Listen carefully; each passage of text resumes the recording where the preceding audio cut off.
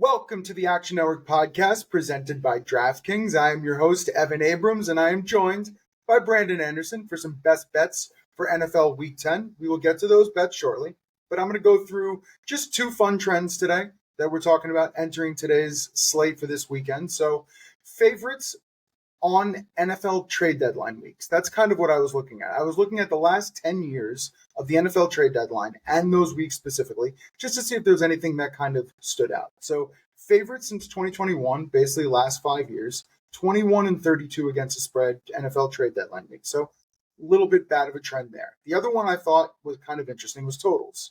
Unders, 66-52, but 44-23, 66%. Since 2020. And the most interesting thing I found when kind of looking at these specifically 10 weeks is line movement. So when the spread moves from the opening to the closing line away from a team. So as an example, a team who's plus 7.5 goes to plus 9, or a team who's minus 5 goes to minus 3. They're actually 60% against the spread and 62% when they're underdogs. So obviously that would be any game with a line move, which is a ton every time we have these weeks. But for an example, someone like Atlanta, who is plus 6.5 and was plus 4.5 or so on open, that would be an example. Or we have, let's see, another one here, Tampa Bay was, I believe, minus 4.5 on the early, even minus 4, now down to minus 2.5. So you can find all that data on the lines for opening, closing on Action Network. So that was number one. Brandon, do you have any quick thoughts on just how to bet these specific weeks with the trade deadline? Because there is movement early that kind of adjusts some of these lines. Yeah, I think it's tricky going with the data. It's just like a tiny sample when you're going with 1 week out of the 18 each time. But it's also not meaningful because like guys are getting traded, showing up on a new team. I think it to me is probably more ad hoc where I'm looking and saying, okay, you know, like we saw Browns Jets. We see the Jets trade away a couple of their stars. That line flips from Jets minus 2.5 all the way to Browns minus 2.5. So I don't know that I necessarily want to just go with a trend alone, but it's a good trend to alert me to say, okay, well, what's happening when this happens? Okay, this flipped 5 points across the zero. So it's not quite the same 5 as otherwise, but what's the line move here? Why did it move so much? And then, okay, what does history tell us when this has happened? And I think I'd be curious, even though I said small sample, I'd be curious to say, okay, what about when the line moves maybe like at least a field goal, or like even though it's making the sample even smaller, maybe it's making it a bit more meaningful. Like, for example, we have Lions Commanders this week. That was our look ahead last week, Lions minus 3. That line is way higher now, but that has nothing to do with the trade deadline. That's because Jaden Daniels got hurt. All the other guys got hurt. So how can we kind of limit and say, okay, what's happening to move these lines? Is it trade deadline specific? And I think just generally, I'm always going into the week, just kind of pull back the curtain on my picks. So by the time we record Thursday, I already started like Friday, Saturday last week with this next week's lines. And I wrote down what's the number before Sunday morning, what's the number Sunday night, Monday, Tuesday, Wednesday, sometimes multiple times during the day. You're always watching the number moving because that's telling you information. It's telling you who's betting sometimes, but it's telling you what are the injuries shaping up. Sometimes those lines know the injury information before you and I get the info. You're going to have to discern what's happening there. So to me, trade deadline line movement is just a little bit more piece of that puzzle. And to me, a good reminder to watch the lines and think about what that movement is telling you before you make your decision. Yeah, my only two other things is obviously that's the closing line for that data. And also it's completely noisy. Like the trade deadline has, tons of other factors, injuries this week to week, but interesting nonetheless. And the second thing I wanted to bring up was I found this kind of intriguing. So points no longer mean a cover would be the way I would kind of intro this, which is teams scoring 24 points or more this season are covering at just 69.4%. That would be the second lowest mark over a full season since 1990. The lowest mark was the pandemic season of 2020, which probably just puts this more into perspective. But I feel like this one is more up your alley. Like if you like a favorite, and that's something I should actually look at, and I can look at that this week. If you bet a favorite, that favorite covers, I wonder how often they go over their team total. Because I think that's something you would look at in some of these favorites this week. Yeah, I mean, we talk about this like each week. We often come in here, and there will be a couple of these today where it's like, all right, well, man, I really like the favorite here to win, but that line, it's a little bit too high. I wanted a below the 3, and it's a -4 instead. Or, we'll talk Bills Dolphins a little bit later. I like the Bills a lot. They're in my pick 6, but it's like almost -10. Do I really want to play a -10? And I feel like anecdotally, it seems like a lot of sharp bettors, especially, even guys on our own podcast, to their credit, start by betting the underdog. And if there's not value on the underdog, if it's like a Bills Dolphins, then it's like, all right, I probably don't have a line here, which is usually for a sharp better, I think, an admission of I don't really see much value on the underdog. Well, that doesn't necessarily mean there is value on the favorite, but maybe you can find a different way to play the favorite. So I think your trend is a good version of, okay, if I think this team scores a lot, but I don't really want the back door open. Maybe the Ravens, right? The Ravens defense is scoring, but leaving opponents to score as well. That's a spoiler to a pick we'll get to. Maybe go to team total instead then, and don't worry about the other side. Like, think about Cowboys, think about the Bengals. All right, I trust them to score in this matchup, but do I trust them to stop anyone? All right, well, take that out of the equation. Like, with the way we have odds for so many things now, think about, what is the thing I am most certain about in this game? What's the angle I'm trying to bet? And traditionally, like even a decade ago, it's just which team do I like better? And that's how I'm betting, and not a lot of options. But now you can really focus in on, well, why do I like that team better? What's the edge? And what's the way I can bet that specifically? So you see on this podcast particular, I don't give out a lot of just straight sides of just like a -4 or whatever. It's because like I'm still betting those things. I'm still in like, the contest where you pick 5 each week, all those things. But I'm trying to hone in on, okay, if I do think a team scores 24 or more, can I bet that differently? Is there a better number out there? Is there a better, sharper angle to play?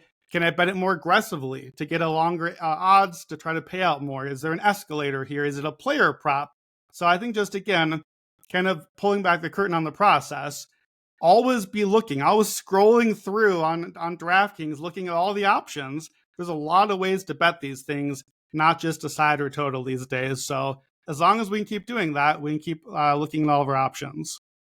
Yeah, we're both sickos. We look at a lot of different places on the board when we're looking at this stuff. But hey, before we move on, do not forget to sign up for Action Pro for more real-time pick alerts from experts like Brandon Anderson, myself, our entire Action Network team. Plus, you can access our pro projections powered by Sean Kerner and our predictive analytics team. Just go to actionnetwork.com/pro. Get $20 off the annual price with the promo code POD20, POD20. So don't miss out on the best bets at the best prices. Visit actionnetwork.com/pro. Use a promo code POD20 to get $20 off a year of Action Pro. All right.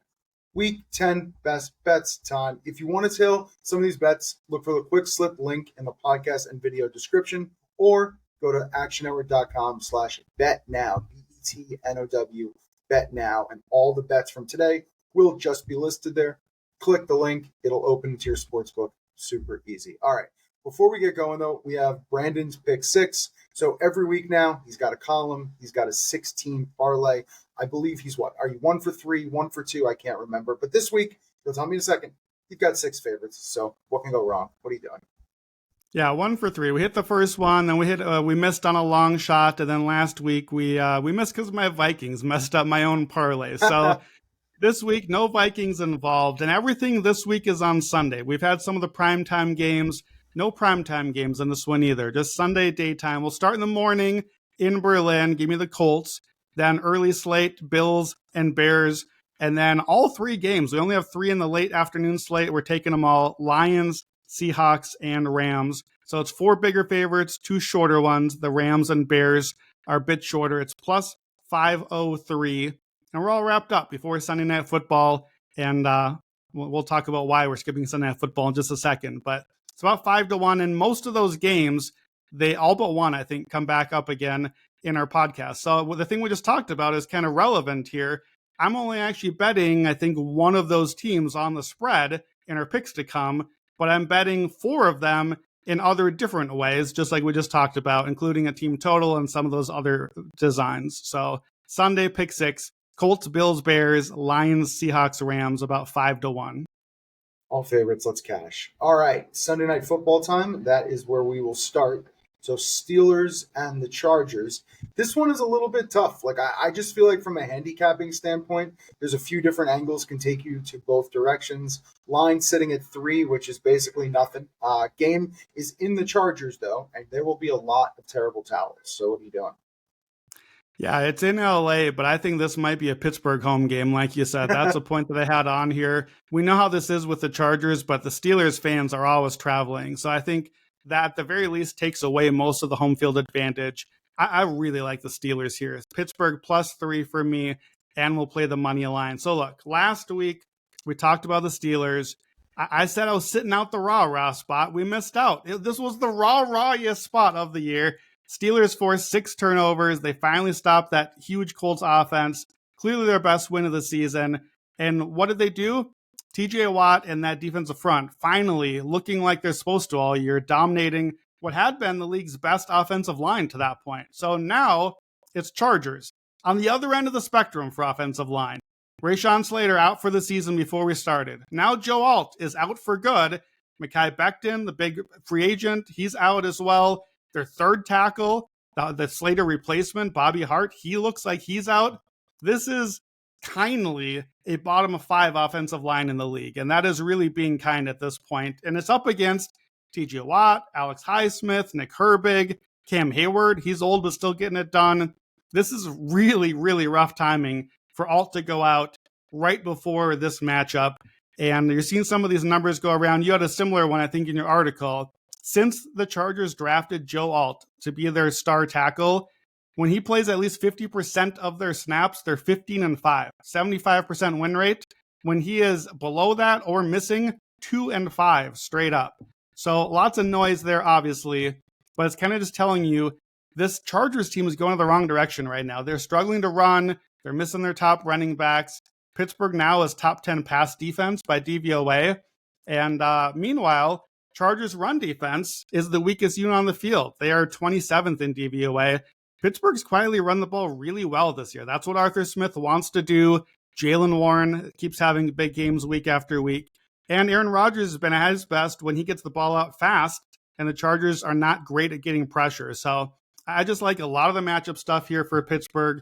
Special teams, huge advantage for Pittsburgh here. And we mentioned the home field thing as well, maybe a flipped advantage there. So is this a rah-rah spot for Tomlin?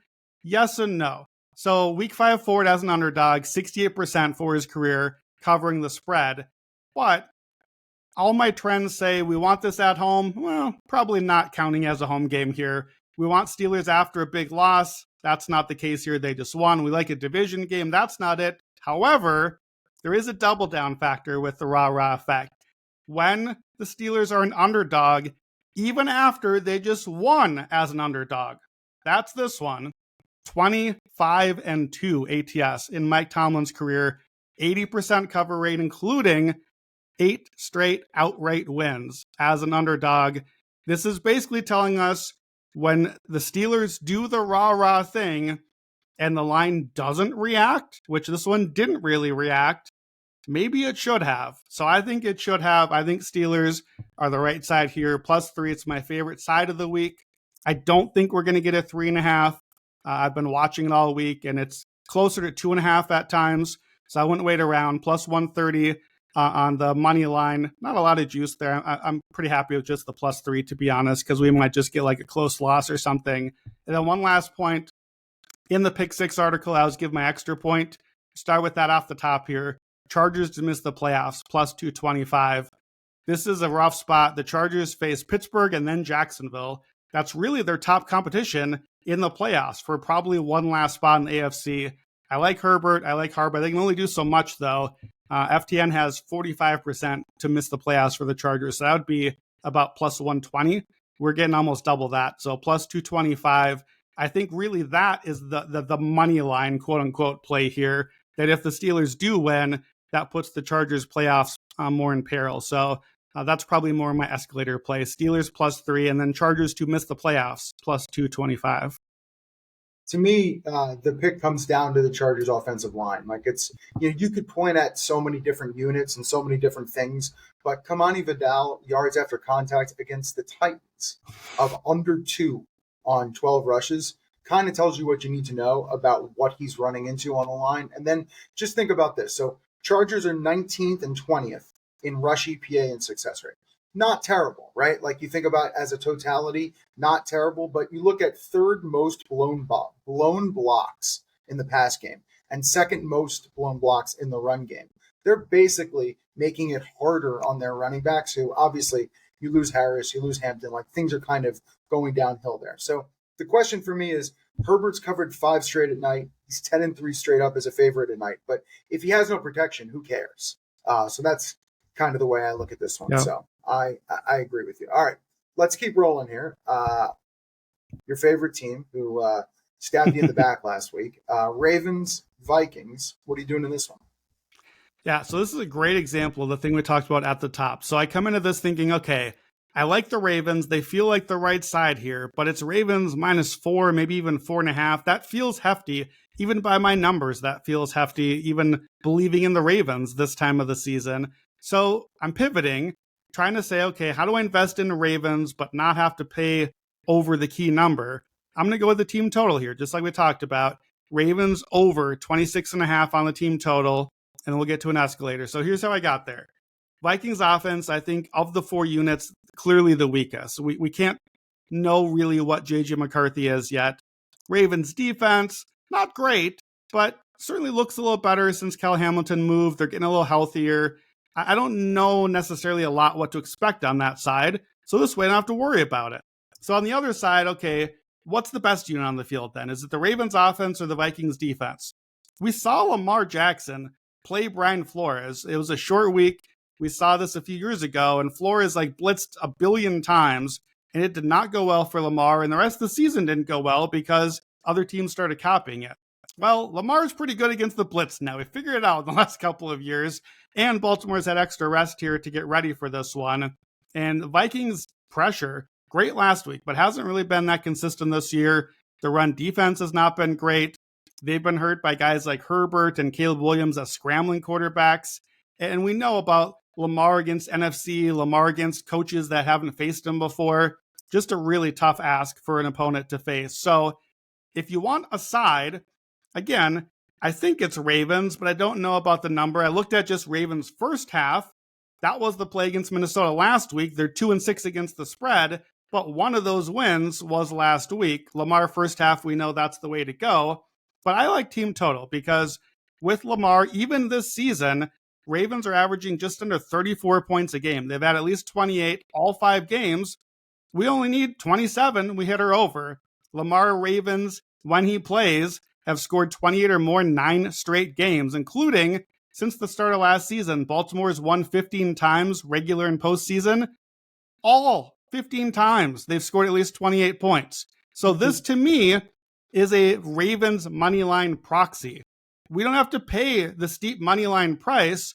We are getting a moneyline proxy. This is when the Ravens win, they score 28. We're betting over 26.5, and we have to pay the money line.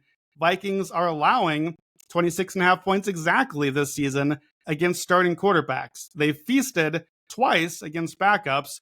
Otherwise, this is basically right at their number, and the Ravens are not an average opponent. So in those 15 Ravens wins since the start of last year, they're averaging 34.3 points a game, 34 points or more in just over half of those. So a slight escalator here as well, over 33.5 Ravens team total, plus 270 at DraftKings. And you just take the points. And you need to worry about, will the Ravens defense show up? Can they make some stops?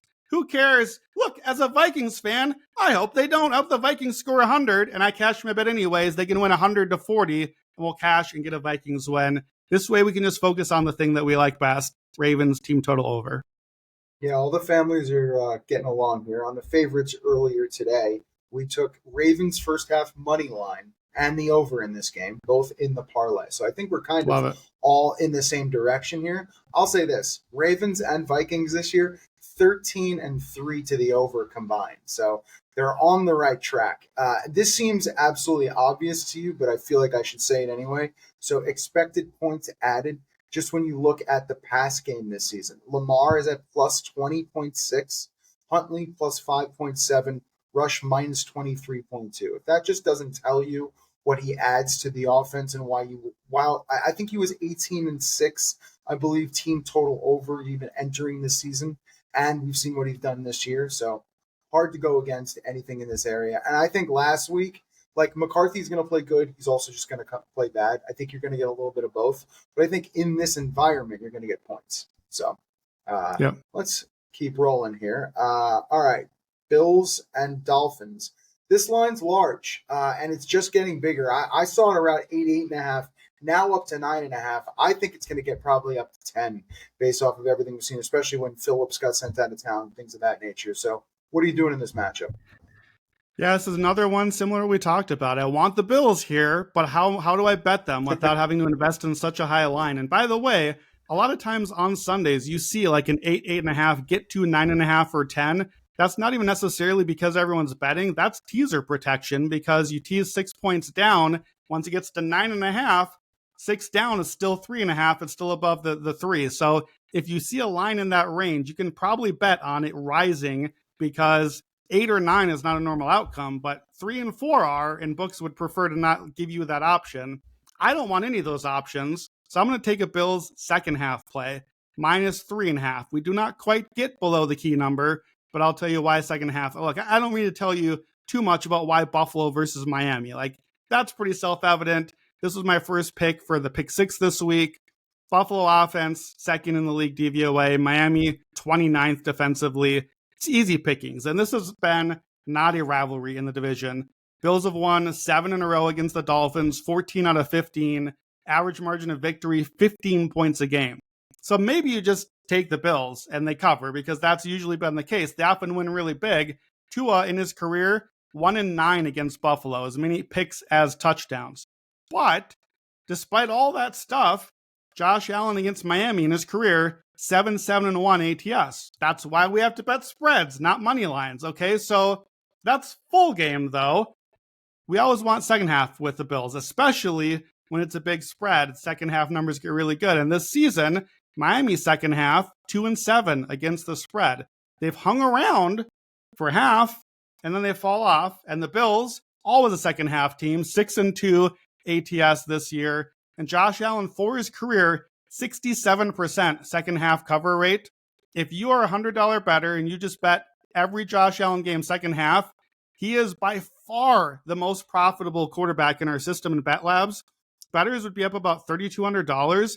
That's almost 4x the next closest active quarterback. In fact, you'll never guess this. Evan, which opponent do you think Josh Allen has the best, most profitable second half record against? Any ideas? Probably not the Jets. I guess it's probably the Dolphins. It's the Dolphins. He's 12-3 ATS in the second half, even though he's 500 ATS full game against Miami. 12-3 second half by almost a full touchdown a game. He's actually almost as profitable second half against just Miami as any other active quarterback is, like, in their career second half. That's how good he is in this spot. So Bills second half, minus 3.5.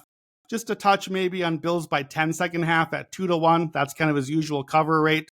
I like this too, because you kind of get multiple scripts here. Maybe it's a blowout early, and now they're just going to run the ball, and they're going to run on Miami and put it away, and it's easy. Or Miami hangs around, and Buffalo's like, oh, fine, okay, we'll try in the second half, and now we'll beat you. And either way, you like a Bills second half play that way. And then prop for Buffalo as well. We talked a lot about Josh Allen just now. We'll just watch last week against the Chiefs. Don't forget about James Cook. And James Cook is who you want for props here.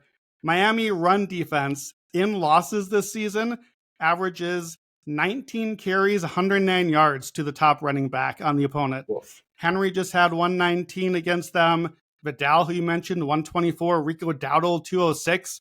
They've allowed at least 18 carries to the lead running back in all but one of their losses. 136 scrimmage yards per game. And that includes James Cook earlier this season, 19 carries, 108, and a score. So a couple of ways to play over 17.5 rushing attempts, minus 116. Again, that's sort of acting like hopefully a Bills moneyline proxy. He's hit that in 5 straight Bills wins, 19 carries or more for Cook. They just feed him. And he also, in those 5 wins, has at least 100 yards. He's averaging 137 in those games. So 100 yards for Cook is plus 155, 120 yards is plus 320. So I'll play a little bit on those as well. Keep an eye out. Cook did show up on the injury report this week. So obviously you want to make sure that he's looking good to go. I probably won't go too crazy with high-end escalators just because if they do get up, maybe they like sit him a little bit and don't quite grind him into the ground as usual. But I like James Cook kind of as a Bills proxy. I like Bills second half as a Bills proxy. So second half minus 3.5.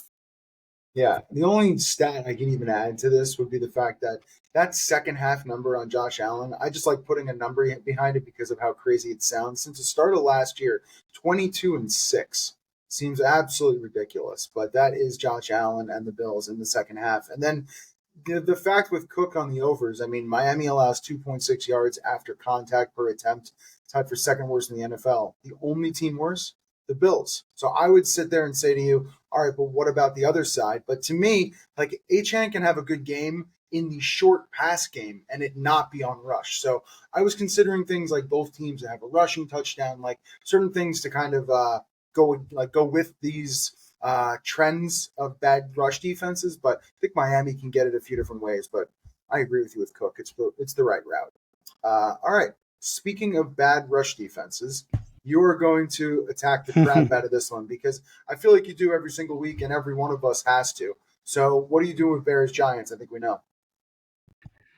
Yeah, I want Bears running back overs, and I'm coming in with a vengeance because I wanted Bears running back overs last week against the Bengals, and I came in with all my DeAndre Swift props, and then he was out, and we missed out, and Cal Monangai ran all over the Bengals for like 176 yards on 26 scores. Or 26 carries. He probably had 26 scores the way that game was going too. Right. Yeah, so this game I find supremely annoying. I was very excited to bet the Bears. They would have been my favorite side of the week. It was -3 Sunday morning, and then all week long, it just slowly rising past the key, now past 4. It's like 4.5, pushing 5, even though the Bears have a bunch of injuries on the report as well. I really think this is a good matchup for Chicago, but they have 2 2-point wins already this year. They had the Bengals come back in the last second. The Giants have a loss by 1 and by 3. I can't really bet Bears at such a high number. And I looked at second half Bears to get under the key number. Giants are 2-7 second half.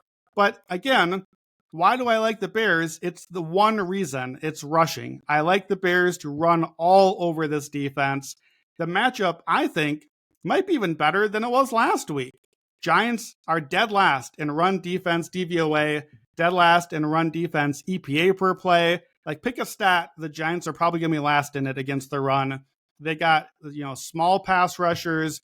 Dexter Lawrence has not been as good this year, I think, as healthy. And it looks kind of blustery this weekend in Chicago. It looks very windy, even a chance of kind of freezing rain or snow. Sounds like run game to me. So I think the Bears will run all over this defense. And we keep talking about this, Evan. Since the bye week, Chicago's run game has exploded. 3.8 yards a carry before the bye, 5.9 since then. Over 2 yards a carry more, 187 yards a game rushing, leading the league. Their top 4 success rate and EPA per play rushing. And even just some of the matchup stuff. They prefer to run under center. They prefer to do outside run. That's the spots where the Giants' numbers are the worst as well. So, okay, how do you play it then? Because the big question is, Swift is back now, but Monangai was awesome. Which one do you play? Well, both, in my opinion. Giants have allowed 4th most fantasy points to running backs, 7 runners already, 81 yards or more. And if you look since the bye week, the Bears lost once. Otherwise, in their wins, they've had a runner go for 14 for 108, 19, 124, and then 26, 176 last week. So I'm going to do both. DeAndre Swift, I almost said Taylor Swift. No, that's not this game. DeAndre Swift, over 50.5 yards. Now, look, he's only over that 4 of 7 games this year, But I think that that's not totally fair because 4 of his games were before the bye, before they kind of figured out this rushing attack. In Bears wins since the bye, he's averaged 60.5 carries, 116 yards. So I'll take the over 50.5, but I'm going to play 100 yards. It's 9-1, and I'm going to play 100 yards in a Bears cover. Those things correlate to me. A Bears running well should get a win. That's 12-1. I still think Swift is the lead guy for now, but I'm going to play Monangai as well, in part because maybe the Bears win because maybe the Bears run well, and then Monangai gets some garbage time runs. Maybe this is the new, Sonic and Knuckles. Maybe this is the Thunder and Lightning combo, and they both run. I think that's probably more likely.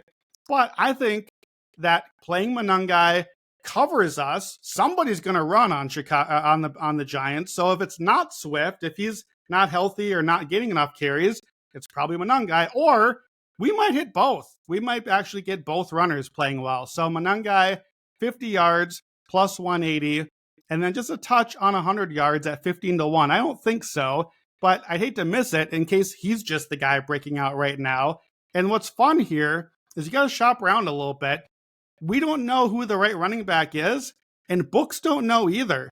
Different books are pricing Monangai sharper, and some are pricing Swift sharper. Well, that's great because we can play at each book and get both of them. Last time, both these guys were healthy in a Bears win. Swift, 108 yards, 14 carries, but Monangai, 13 carries for 81 yards. They're both running really well. So, last part here, I think you can build some really fun parlays here. I think you go Swift 80 yards, Monangai 50 yards. That's plus 11-50. You can also go, here's one that just hit in that last Bears win. Swift to hit 100, Monangai to go 70 in a Bears win. It's 65-1. They just hit that parlay the last time both guys were on the field and the Bears won a game. That was against the Saints, who aren't any good. Hey, it's the Giants, who aren't any good. So I think you can play both of those together. They sort of cover for each other. The Bears are going to run. It's just a question of which one, but I don't want to solve it. I'm going to let them figure it out and just play both sides, Swift and Monangai. Yeah, I'm just going to pile on because some of these numbers just feel absolutely made up and ridiculous. Giants allowing 17.4% of runs to be explosive, 6.4% above the median right now in the NFL, which just it literally sounds unreal. And then opponents 40 broken tackles against the Giants, 8 more than any other team. And then you say to yourself, well, I mean, when was that? Well, since week 4, they also have 27, which is most in the NFL. So however you look at this, it really doesn't matter. This is like the best unit recently versus a unit that haven't figured themselves out over 10 weeks. I would be shocked to see the Giants stop the Bears on the ground, but we will see what happens. All right, last game here before we get to the lightning round. Sunday morning football. It's sausage and eggs. It's Germany-Berlin game. Colts and Falcons. What the heck you doing here? Yeah, like usual, I'm going to take the favorite here. Colts minus 6.5. So we saw the big, you mentioned the trade deadline. The Colts made the big move this week, trading for Sauce Gardner. Sauce, Kenny Moore in the nickel, and then once they get back Charvarius Ward, that's going to be a really tough cornerback trio, and perfect timing to get a little sauce just in time with Drake London coming to town, or coming to Berlin, as it were. So I think that's a really good timing for that. I'm not that thrown off with the Colts loss. We talked about this on the recap pod. I'm going to give the Steelers some credit for what they did, but 6 turnovers, sometimes the football bounces the wrong way on you. The Colts were still plus 10% success rate in that one. The offense did still move the ball pretty well, and I think they will against Atlanta as well. So the Colts defense, I think, is a bit overrated, but now they get Sauce Gardner, and the Falcons offense is pretty inconsistent. They're also missing maybe both guards in this game. One's already ruled out. The other one is still questionable. They're already missing last year's center and right tackle due to free agency and injuries. Just what has been a strength of the team is badly faltering, and the Colts defensive front has been pretty good this year. Meanwhile, Atlanta's defense, I think, is a bit overrated. I've heard people call them a top 5 defense. I don't think so. We've seen them be that in a couple of games, but they're really not good against the run. They're 24th in run defense DVOA. And this is not the team that you want to be that against. This line, offensive line for the Colts, they got embarrassed last week by the Steelers. I think they're going to show up here, and Jonathan Taylor is going to have a bounce back game. Atlanta built the defense around kind of small, speedy guys, and in the right matchup, that's great. But if you're getting mauled by the Colts, that's not great. So I think it sets up well here. Again, another game with a huge special teams edge towards Indy, and I think a big coaching edge as well. Shane Steichen's the coach of the year favorite. He's pulling all the right levers. We're starting to get some real noise about Raheem Morris, Zach Robinson, the offensive coordinator. Falcons are just all over the map each week, and some of the trends back that up. Steichen as a favorite, 63% cover rate. Raheem Morris as an underdog, 44% ATS. Raheem Morris is also 44% against teams better than 500. And then Daniel Jones against teams under 500, 63% cover rate. So lots of trends like the favorite here. And when in doubt, you just take the favorite international games. You've heard this stat on a bunch of these, but take out the Jaguar games. So they're basically home overseas. Outside of that, international favorites, 27-13 ATS, 68% by about 5 points a game. If you go totals of at least 44, so we're not messing with just kind of like little close, low scoring games, 18-6, 75% for favorites on that one. And in those spots, the underdog had not won outright in the last 20 meetings until Chiefs and Chargers in the opener this season. So it's a great spot for international favorites. It's still below 7. I think this is a great teaser spot as well. A few other teams, we'll talk about Seahawks in a while. We talked about the Bills just a bit ago. Lions. I think if you want to do a teaser, Colts plus one of those fits as well. So Colts, 6.5. And if you want a little escalator here, I think team total is a good way to do it again. Colts have scored at least 29 points in all 7 wins, and they are averaging 35.7 points a game in those, at least 38 in 4 of the 7. So 38 or more Colts points at plus 440 in case they just really hammer the Falcons and bounce back. Atlanta is kind of slowly teetering. I don't think we've really noticed it too much, but we're all going to be watching on Sunday morning, and we might see it happen. So take the Colts to cover and maybe a little bit on the team total for an escalator.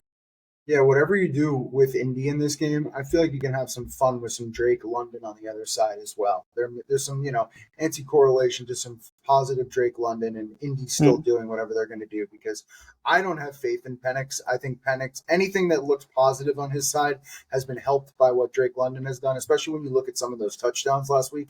Like, I think that's more Drake London than it is Michael Penix putting the ball where he should be. That's my opinion. When you just look at some of these team totals that Brandon likes in this one, so favorites of 6+, neutral last 20 years, averaging 28 points per game. The Colts themselves, as a favorite since the start of last year, averaging 28.6 points per game. Now you look at Daniel Jones. He's played in 2 overseas games, both with the Giants, scoring 17 and 27. So I don't foresee him being a pumpkin 2 weeks in a row, especially in this spot with this team. So I think he gets it back on track. I mean, after 6 turnovers, you expect something different as well. And here's the last part I think that will probably help. Indy, 15 of 17 on 4th down this year. So if you're looking for more points, they should go for it. And that percentage, ridiculous. So they should continue drives as well. So Colts, team total, wake up to some money. All right, lightning round. Let's keep rolling here. So this one's great. We call them the sad cats just because of the line and the situation, but this one's crazy. So Saints, Panthers, line I believe sitting at 5.5, but I've seen some 6s as well. So I can't imagine you're laying it with the sad cats. Yeah, not a chance. This is our upset pick of the week. We've been on a hot streak with our upsets. Dolphins and Jets 2 weeks ago. These Panthers last week plus 750. Now it's time to turn our back and bet the other way. Saints plus 215. On the money line. Let's get Tyler Shuck, a first career win. Look, you have the stat. Everyone has the stat. The Panthers haven't won as favorites since September 2021. A 10-game losing streak, longest since the merger. And again, this is about the matchup. Last week, I liked Carolina because they can run and stop the run. That matched up well against Green Bay, who wanted to be run heavy, and it was a beatable run defense. It was a good underdog script. Well, now they're the overdog. And the Saints' one strength is their run defense. The Panthers are missing, or banged up at least, their center, their right guard, their right tackle. Now Rico Dowdle also is banged up, making jokes on Twitter about it. Probably going to play, but Carolina leads the league on inside runs. Saints are top 5 EPA per play there. They're more weak outside, and so I think that they really fit well what Carolina wants to do. And now it's Carolina who is the slow running team that you don't want to be as the favorite. You want to be the underdog there. The Saints run more inside as well. Carolina, we know how good their run defense is. Way better outside. They're only 29th EPA per play on inside runs. Saints are not running well at all year, but maybe inside they can find a little bit this game. Total looks under here. A lot of trends to the under. It looks windy. It's a sub 40 total. Again, that helped us with Carolina last week. Now they're the favorite. You want the underdog in that spot if it's a close, ugly, low-scoring game. And a couple trends for you. Underdogs that scored 16 or less in their last 3 games. So all 3 games, 62% cover rate since 2019. So that's the Saints. Favorites that scored 16 or less in their last 3 games. So same thing with the favorites. They're only 33% since 2018. So that's Carolina. And when you get both of those, it's not very often, 4 times since 2018. But our underdog is 3-1 ATS. They've won 2 of those, and they have a 1-point loss in the other. So all that is to say, if neither team is scoring that much and it's all going under, we're probably going to get like a 17-16 sort of game, and let's give our underdog a shot. So Tyler Shuck and the Saints plus 250, and we'll see if we can keep our underdog streak rolling here. Yeah, I tend to go against the changing of the roles, which is kind of what you had talked about at the beginning of the handicap, which is a team goes from like an underdog of 4.5, 5, 6, whatever it is, and then goes into the role of a favorite on the other side of 4.5, 5, 6. It never usually goes well because it's too quick of a move based off of public perception. And I think that's, Carolina, you heard the stat last week. Carolina's 5-4, underdog in all the games. Like, we're kind of changing how we believe in this team, and I feel like this is a little bit of a flip to the other side. The one thing I will say, Saints have been horrendous in the first quarter. Like, at the end of the first quarter, so bad. If this game is tight, I think you have to believe in New Orleans even more. And honestly, if I see it's 10-0 Carolina, at that point, I might look at a really large number on New Orleans. That's just the way I'm going to look at the game. No Shaheed with the trade. Kamara's banged up. There is every reason to want Carolina, but I'm a little hesitant. So I see what you see. Yeah, it makes sense to me. Should we go to Seahawks? Let's do it. What do you got there? Arizona, Seattle. Yes, I really wanted Seattle here. We know how I've been backing Seattle week after week, and they're under a touchdown. It's -6.5. I really wanted this pick. I make it more like Seattle -11 by my numbers. So this is why I keep hammering this team. 5 of Seattle's 6 wins this year by a touchdown, but the one that wasn't was Thursday night against these Cardinals that they dominated. Cardinals had 123 yards with only 10 minutes left, but then kind of goofy finish, and the Cardinals end up covering. It's a walk-off field goal. Cardinals haven't lost by more than 4 all season, and I've seen a lot of people I trust on the Cardinals and a lot of trends I trust on the Cardinals, so I can't do a side. And the other thing holding me back is this Cardinals defense that I'm starting to believe in a little bit. Hunter Rallis' defense, now top 10 in DVOA, top 10 against the pass. Not that great in DVOA against the run, but 6th by EPA per play against the run. And that I think is key here because the matchup for me that holds me back from taking Seattle, and I'm going to get to Kenneth Walker props here in a second. Seattle wants to run. They're the 4th heaviest run team, but Arizona also wants you to run. And I'm wondering if we're going to start seeing that from Seattle opponents. Seattle wants to run, but isn't good at it. They're good at everything else. We keep talking about special teams and defense and offense. Well, passing offense. They're bottom 10 rushing the football by actual results. What they're doing is fake running and play actioning out of heavy and trying to pass. But I think Rallis' defense is pretty stubborn and might not bend and might not go light or go heavy to try to match that. And suddenly, Seattle might just stubbornly keep running all game. So, Kenneth Walker over rushing attempts. That's the angle I came to because I like this 2 ways. Either I was right, Seattle won, and they probably ran the ball some, and it was Kenneth Walker. Or I was right, Seattle didn't cover. I trusted my instinct, but they got caught in kind of an ugly, low-scoring back-and-forth game because they kept running Walker into the line over and over unsuccessfully, and it let the Cardinals hang around. So the line for Walker is 12.5 rushing attempts. I'm going to take the over. Cardinals have allowed 6 straight running back one to go over that number. That includes that game against Seattle. Walker had 19 carries that game. In fact, Charbonnet had 12, so he almost went over as well. So the key here is which running back again. Charbonnet is consistent, though, pretty much around 10 or 12 a game. It's Walker who's inconsistent. If you play fantasy, trust me, you know that. 4 times this season, 10 or 11 carries. 3 times, 16 to 19 carries.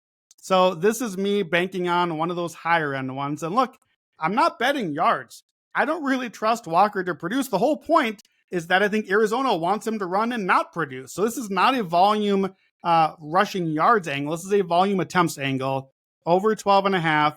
Arizona last 6 games has allowed 15, 17, 19, and 21 carry games to a running back one. So let's take the escalator at DraftKings. 18 carries is plus 380. 20 carries is plus 650. Remember, 19 carries last time these teams played for Kenneth Walker. So it fits the script.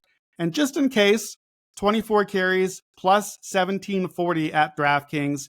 Walker did do that once each of the last 2 seasons. He's hit that 5 in his career. He can be a workhorse.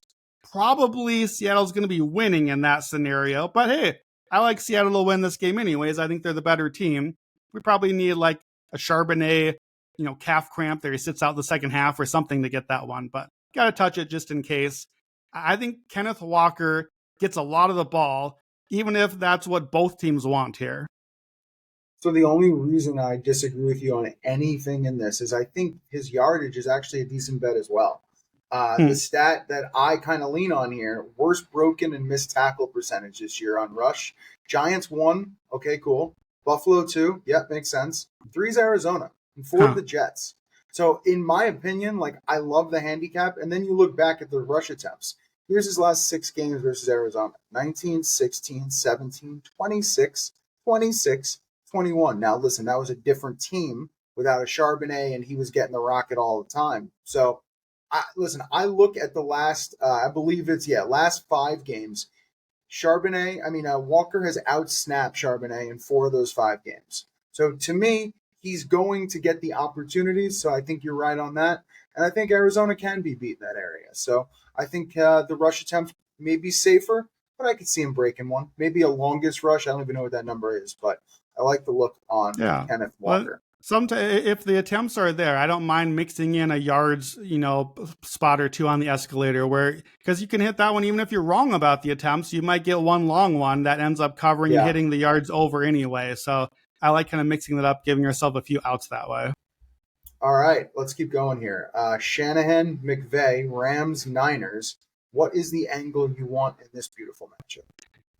Yeah, I'm going to take Puka Nacua over. So we already took Rams -3 on the hot read. Still love that, but it's -4.5 now. So we got our value. We don't want it anymore at that number. I still think this is a great spot for Rams offense against what to me is maybe the worst defense in the league right now with all those injuries. San Fran, number 31 EPA per play, middle of the field. Man, that's embarrassing for Shanahan. Of all teams, that's where he lives attacking is middle of the field. But unfortunately, that's where Puka lives too. So I think he could eat. Stafford had a huge game against them the last time they played. Now, usually with Puka, I want receptions. I'm going to play yards here, and I will tell you why. Receptions has been priced in already. 8 receptions is -130 for Nacua, so I don't see a lot of value there. But the Niners have allowed the 7th most receiver yards this season. Nacua had 85 last game against them on 10 catches. JSN, 9 for 124, I think a similar stylistic receiver to Nacua. And also, the Niners, this is kind of what we just talked about with Walker. Niners are bottom 10 against deep passes as well. Not usually Puka's thing, but if he gets even one deep pass, we might get a chunk play in there and get some extra yards that way too. So I wanted 8, 9, 10 receptions. That's where I started, but I don't see the value there. I'm going to play yards instead. 100 yards is +116 at DraftKings. So here's why. Puka in his career, 15 games with 8 receptions or more. He's had 100 yards in 11 of those 15, so 73%. So this is kind of me saying, well, I wanted 8 catches, but what happens if he gets 8 catches? He's going to get some yards too, so I'm going to play the yards instead. In those games with 8 catches, he's averaging 126 yards a game. He's got 150 in 6 of them, so about 40% of those. So sprinkling on the way up, 120 yards at plus 223, 150 yards is 6-1. Once the market goes up, if you like kind of most receiving yards on the day or most in the afternoon slate, he might be a candidate for that one as well. Not going to be a huge price because we already know Puka is good, but he's been great in this matchup, and I like him again here. So yards for Puka this week, not receptions. The stat that kind of blew me away, because we've been talking about San Francisco's defense, especially the pass defense, for a little while, but they're allowing 6.3 yards per snap as a primary defender. Like, they are just doing really, really terribly, and that's their worst number since 2021. And the thing I wanted to make sure of when I was looking at Puka is first read percentage. So this year, he's got a 9% delta on Devontae in that category. So all good there. They're looking at him a ton. And since week 4, that's fine. It's still a 6% delta. And with that, 35 less routes and 11 more receptions. So the Rams, they're playing very well. Stafford's playing very well. They're still looking for Puka. All makes sense there. So I like the angle. And San Francisco's pass defense, like we talked about, pretty bad. To me, this is the last angle. 49ers and Rams have met 14 times since 2019. The underdog is 13-1 against the spread in those games. Kyle Shanahan is 8-0. If we are right and San Francisco stays in this game and plays well, it's just going to give Puka way more opportunities than the Rams blowing them away. That's the way I look at this. So I like the Puka look. Browns and Jets. This is one I just don't get it. Like, you and I completely on the same page almost all the time. And, you look at these picks and you say to yourself, okay, like, you and I kind of think on the same wavelength a lot. It's just the way of handicapping and the way of attacking certain statistical advantages. To me, I'm waiting on you. What do you think? Like, how are you betting this game? I want to hear it. Yeah, Browns, Jets, obviously just ugly game. 2 tanking teams. They probably both prefer to lose. It looks rainy. It looks windy. We talked about the line flip. Everything in me says under. Like, what an ugly game. This is an under. We're taking the mine shaft. Nope. We're going the other way. Browns, Jets over 37.5. Browns, Jets over escalator. And we're taking it all the way up. So here's where we started. I looked at this as the hot read. I looked at it as the under, I'll be honest, because we know the stat. Both these teams are coming off the bye week, and off the bye week, double bye usually means you want under. We just played that angle last week. But in that spot, when the total is below 40, the over is 8-2 over the last 2 decades by almost a touchdown. When it's 38 or below, like this one, the over is 5-0.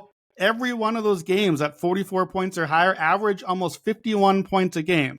Okay, now look, 5 games in 2 decades. So we do not have much sample here, but we've taken a lot of these ugly unders. It's way easier to go over a low under because you take a low under, you just need to turn the game off and not pay attention. Like, it is stress every second of the game. Any score, like, it's 0-0 end of the first quarter, you're feeling great, and all of a sudden one team's get a touchdown, you do the math, you're like, oh no, we're like right back in play again. Like, we gotta stop scoring here. You go over, you can get points in a hurry. So I dug in a little bit more. Browns games, 37 or higher, not asking much, but that's the line we're looking at here. All but 3 times this season in the Browns games. They've had 44 or more 3 times already. They did have a 58, the Browns. The Jets, meanwhile, they've got 2 games really bad that we unfortunately had to watch both of them. But otherwise, 40 or more, all but those 2 games, averaging 58 points a game in those. We've had a Jets game with 56. We had a 59, we had a 66, we had a 77. There are points in these games sometimes. Now look, I'm not going to be able to convince you on the field about these offenses. They're terrible. But let me help with the defenses. Jets defense ranks 30th. They haven't been good anyway, and they traded away Sauce and Quinnen Williams. They benched Quincy Williams. And Browns changed offensive coordinators. Tommy Rees is the new play caller. Is he magic? I don't know, but it can't get any worse. It can really only get better against a pretty beatable defense. And here's the key thing. Browns defense, as good as they've been this year, have crazy home road splits. This season at home, 11 points a game allowed by the Browns. On the road, 32.5 points a game. And those are not slouches at home. They face Joe Burrow, Jordan Love, the Dolphins, and Mike McDaniel. This is not new either. If you look back 2 years ago, the Browns had this amazing defense, 13.9 points a game allowed at home, 31.3 on the road. This is a consistent thing where at home, the defense is amazing. On the road, they are not doing well. Jets games are 11-4 to the over their last 15. So we're going over this ugly game, 37.5. And if it goes over, it might go a lot over. Let's pray to the football gods that, Evan, this is the weird game that shows up at the top of our rundown on Sunday nights. The 39-38. Can you believe it? Who saw this coming? We saw it coming. It is, you're going to be a rich Here's man. The escalator. Over 43.5 plus 220, right below that key number. That one's reasonable enough, but we're not done there, not even close. 50 or more points, plus 390. 56 or more, plus 830. 60 or more points, 13-1. 66 or more points, 25-1. We've hit Jets games at those numbers this year. Let's get wild. We're just full contrarian here. I don't know either, but Jets, Browns, find me some points and let's go over. All I have to say is the Jets did keep their offensive players and trade their defensive players. Exactly. So maybe you're onto something there. I think the weather could lead to some Cleveland offense from Junkins.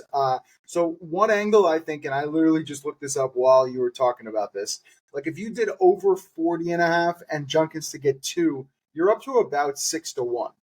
To me, that's something I could easily see. Like if you're going to have it rain, sloppy, windy, he's going to get a ton of carries. He could get 3, which he's done, I believe, before if he not get 2 in that game. He did that in a super weather game the last time. He got the 3 touchdowns. We played it.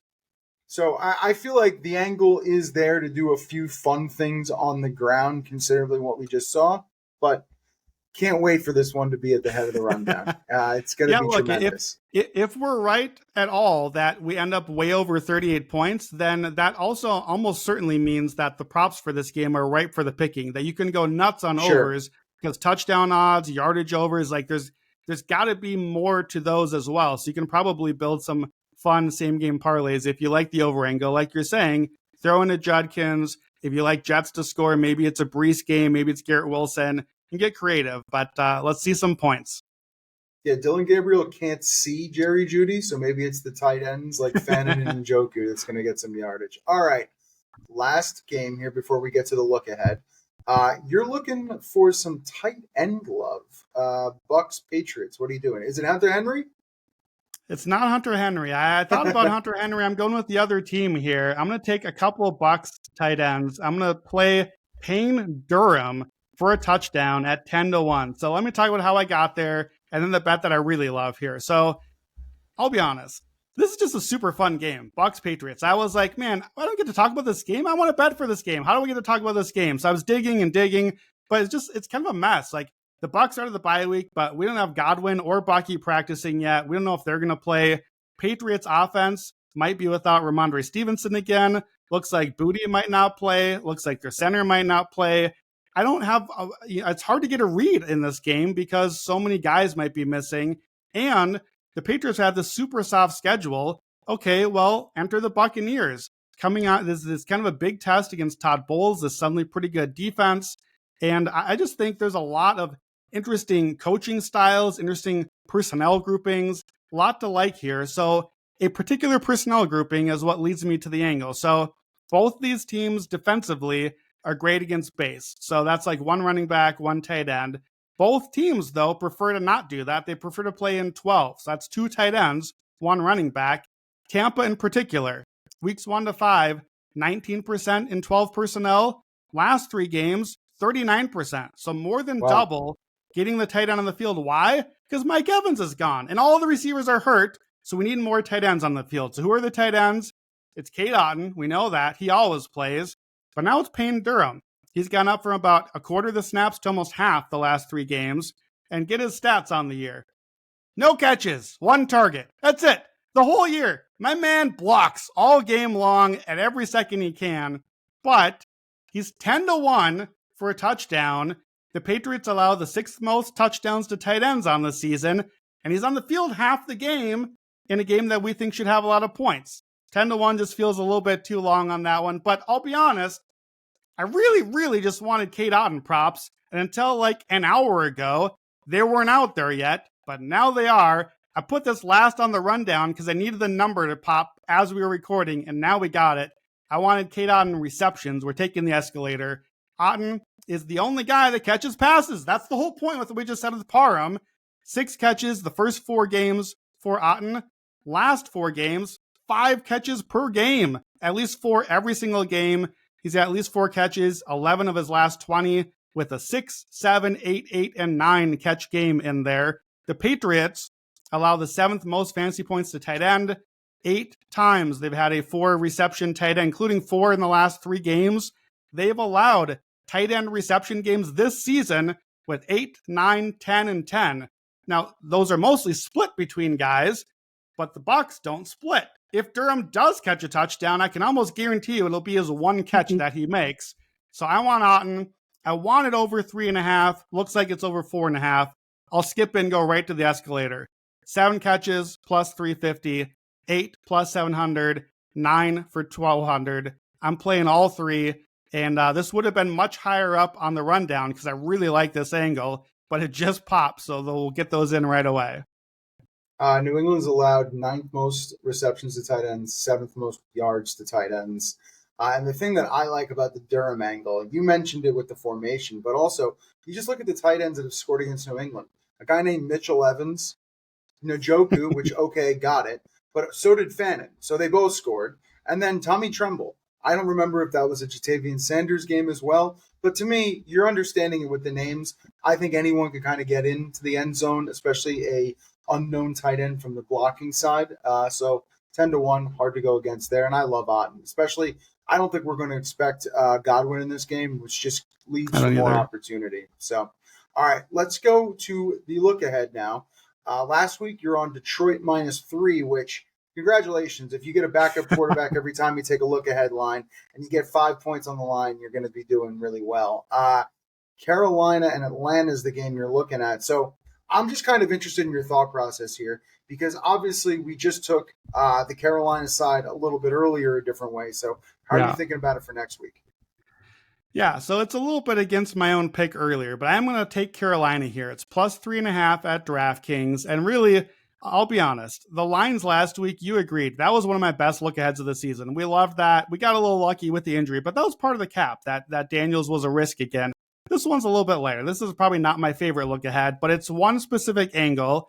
It's that the Falcons, who we just talked about a while ago, are coming back from Berlin with no rest. And you know I love the no rest after you come back from a national angle. Teams in that spot have been tied or trailing in the fourth quarter 16 out of 18 games now in this international series. So if the Falcons are tied or trailing in the fourth quarter, then I have to feel pretty good about a Panthers cover at 3.5. So matchup-wise, I do think Panthers' run defense against the Falcons should be pretty good. I make this by the line closer to a toss-up, especially when you kind of add in maybe like a point for Carolina with Atlanta's rest disadvantage here. These games usually are pretty close in the rivalry. 7 of the last 11 are one-score games. So getting 3.5, getting above the key number is the key here.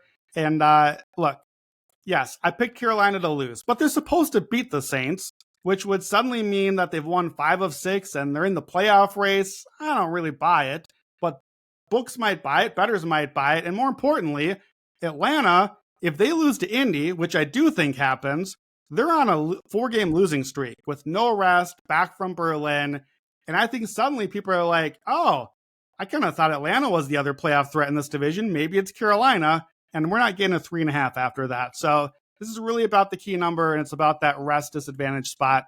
Panthers plus 3.5, even though I know I picked them to lose a little bit earlier. So hopefully we get maybe both of them. But Atlanta, go embarrass yourself Sunday morning, and let's get this line to move either way. I like how you and I think differently because I thought in my head, well, at least you'll get one of them. You wanted both of them. Well, that's fine as well. All right, that'll do it here on the Action Hour podcast for our NFL Week 10 Best Bets episode presented by DraftKings. If you want instant notifications and action experts track their bets, go to actionhour.com/pro. Use a promo code POD20 for $20 off a year of Action Pro. If you haven't yet, check out our new AI Quick Slip bot on X. Just tag Playbook at Playbook and tell it to grab whatever bet you're looking for, and it'll create a Quick Slip link for you in a matter of seconds. And again, if you want to tell some of the bets we gave out today, make sure to look for the Quick Slip link in the podcast video description or go to actionhour.com/bet now. We will be back Sunday night for our NFL recap show that'll be live on Action Network's YouTube page shortly after Sunday Night Football. And boy, do we have a great game to preview. It is Eagles, Packers. We will have bets. We will have chats. We will do everything we need to do to get you ready for that matchup. Thank you for listening.